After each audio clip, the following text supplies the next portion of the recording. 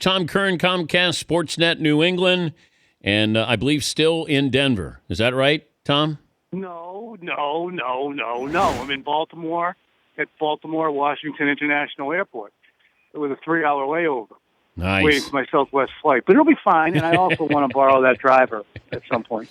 What were the pregame expectations? They were... I said before the game started, unless something absolutely unprecedented happens, the Patriots can't lose the game. Denver hadn't played defensively against whether it be San Diego or Pittsburgh in preceding weeks, anything like they played. And I think I bought into a little bit of the smoke and mirrors that existed in looking at Kansas City and saying that, that was a good comp for what Denver was going to do. And I also vastly underestimated the impact of playing on the road in Denver, thinking that, the switch that would be flipped when New England got Edelman back and Amendola back and Gronkowski back would make a big difference. And as it turned out, Harris and Talib covering and the inability of the tackles to ward off Ware and obviously Von Miller, in part because of the noise in Denver, that was the difference. Who's catching heat in New England? There's a fairly decently long list, and it's Stephen Gostkowski's getting heat. Marcus Canning's getting eviscerated. Brady's skating. I think that he should because it was a very valiant effort, and few, if any, other quarterbacks would have put them in a position to tie the game with a 2-point conversion at the end of the game, other than him, given the beating that he was taking. But that first half interception was bad. Jamie Collins, even though he played a tremendous second half, deserves certainly some scoring for allowing those 2 double-move touchdowns to Owen Daniels. Mm-hmm. And Belichick is in line for second-guessing because I felt at the time that they should have kicked that first field goal with 5 minutes left and then put themselves down a score because at that point Denver was impotent on offense and you knew the Patriots were going to get the ball back. Yeah, I just wonder about Belichick and adjusting. He's always about adjustments, second half adjustments, and he never adjusted to that the pass rush.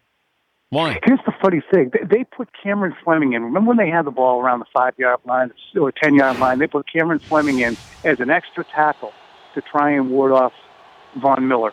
And he still got the edge and blasted Brady inside the 5-yard line.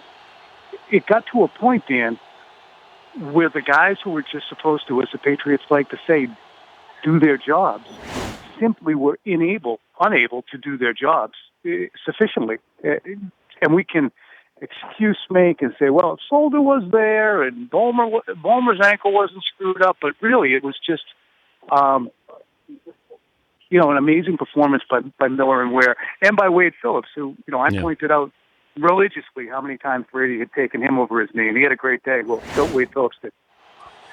And you know what? It's strange. I was just talking to McLovin about this, that I really believe that Belichick did a great job with his team, considering all the injuries to get to this point. Mm-hmm. It's kind of amazing. But I still look back on that loss to the Dolphins and the loss to the Eagles, and it cost him dearly because even that team yesterday at home would have beaten the Broncos. So no doubt. It cost him. Yeah, and the funny thing is, the Eagles game, people are still talking about the drop kick as being the first snowflake that started an avalanche to ruin the season. And I don't. They took the ball over at the 40-yard line. The Patriots were up 14-0. It's not a big deal. They should have been able to stop and should have won the game. It was one of those awful days. The Miami game will continue to puzzle people here in New England as to why they just kind of punted it away and treated it like an exhibition game where they were going to work on their running game and still walk out with a win.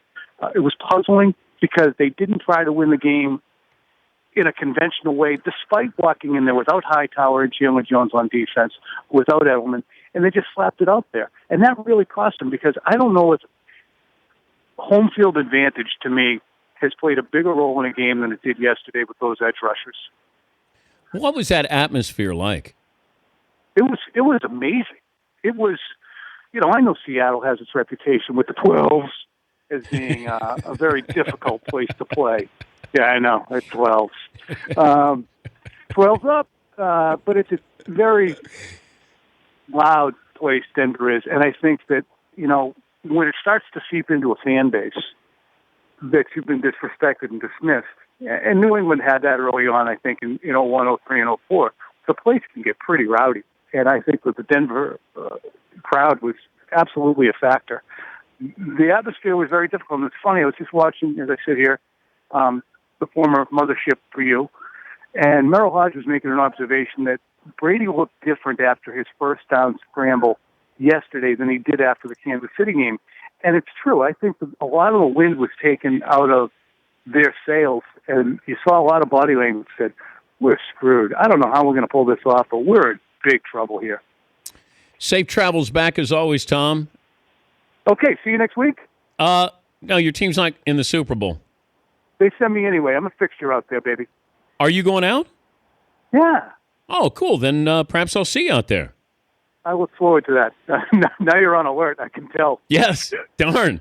I thought, oh, my God, I got rid of Curran. Yeah, I'll let you know where I'm going to be, Tom. Yeah, sure you will. See ya. All right, buddy. Tom Curran, Comcast Sportsnet, New England.